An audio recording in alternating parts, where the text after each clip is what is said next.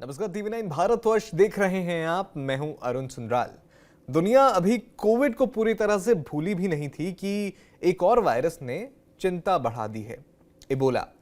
Africa के Uganda और DRC जैसे इलाकों में इबोला को लेकर अलर्ट है और अब भारत में भी सतर्कता बढ़ गई है। बेंगलुरु में युगांडा से आई एक 28 साल की महिला को माइल्ड बॉडी एक के बाद प्रिकॉशनरी आइसोलेशन में रखा गया। उसका इबोला टेस्ट नेगेटिव आया, लेकिन अथॉरिटीज ने सारे प्रोटोकॉल्स फॉलो किए और सर्विलेंस जारी रखा है। हेल्थ ऑफिशियल्स ने साफ कहा है कि फिलहाल भारत में इबोला का कोई कंफर्म्ड केस नहीं है। तो सवाल बड़ा है कि क्या ये सिर्फ प्रिकॉशन है या दुनिया को इबोला को लेकर सच में गंभीर हो जाना चाहिए। इबोला कितना खतरनाक है, क्या ये कोविड की तरह फैल सकता है और भारत को इससे कितना खतरा है। सब पर बात करने के लिए हमारे साथ आज जाने माने विशेषज्ञ हैं डॉक्टर रवि गोडसे जी। बहुत बहुत स्वागत है आपका TV9 भारतवर्ष पर। शुक्रिया। डॉक्टर रवि, क्या जो दुनिया है इबोला को लेकर ओवर रिएक्ट कर रही है? आपका आंकलन क्या कहता है? देखो, इबोला की बोलती है अभी 1 मिनट में बंद करते हैं। इसका पैंडेमिक बनने वाला नहीं है, बिल्कुल बनने वाला नहीं है, बन नहीं सकता। क्या ये खतरनाक नहीं है? ये बहुत खतरनाक है, इसीलिए उसका पैंडेमिक नहीं बन सकता। मीन्स क्या होगा ना कि गब्बर से हम क्यों डरते हैं? क्योंकि उसकी दहशत है ना, दहशत फैलती है 50-50 कोर्स। अभी वो रामगढ़ के होली में एक ही दिन में सभी रामगढ़ के लोगों को मार देता है, तो उसकी दहशत फैलेगी कैसे? किधर, कौन फैलाएगा? तो कोविड जैसा वायरस में क्या होता है ना, पैंडेमिक बनने के लिए काफ़ी सारे क्राइटेरिया लगते हैं कि वो वायरस मारे लेकिन ज़्यादा न मारे, फैले लेकिन इस तरह से फैले, एसिम्प्टोमेटिक फैले, मतलब लक्षण आने के पहले फैले, तो इसका पैंडेमिक बन सकता है। ऐसा पैंडेमिक 100 साल में एक बार आता है, अपने ज़िंदगी का हो गया अभी, तो अभी डरने की कोई बात नहीं। और ऐसे छोटे मोटे वायरस, मतलब ये छोटा वायरस नहीं है, मोटा वायरस है, लेकिन ऐसे वायरसेस तो हज़ारों है ना, आते रहेंगे।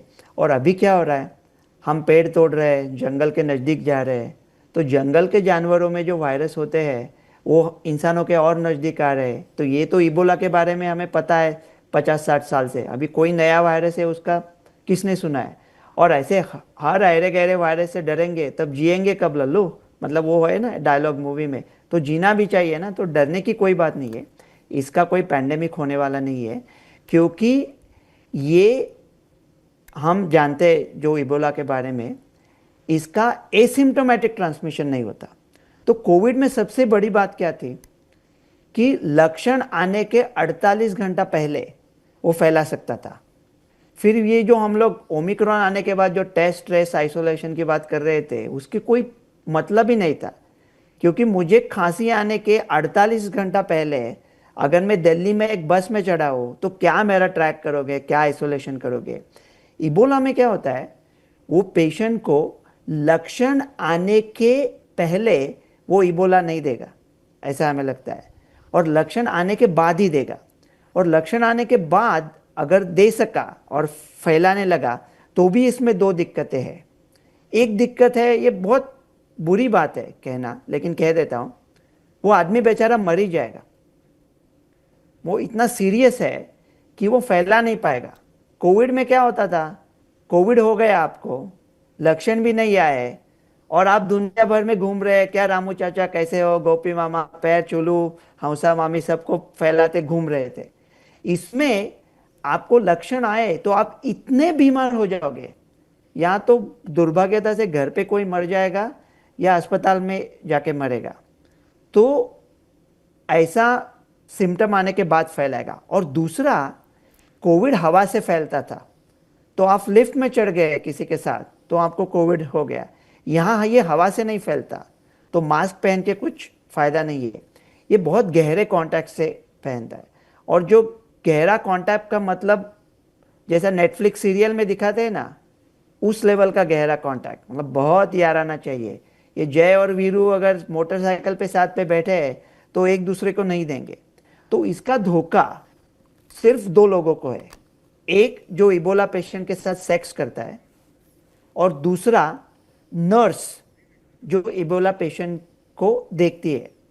तो अगर वो नर्स को हो गया, वो इबोला पेशेंट को कोई देख रही है नर्स, और वो नर्स को हो गया और वो घर पे गई, तो क्या वो घर वालों को दे पाएगी? नहीं। जब तक वो देने लगेगी तब तक उसको भी लक्षण आ जाएंगे, और लक्षण आने के बाद वो इतनी बीमार होगी कि कहीं घूम फिर नहीं पाएगी। इसलिए इसका पैंडेमिक नहीं होगा, तो डरने की कोई बात नहीं है।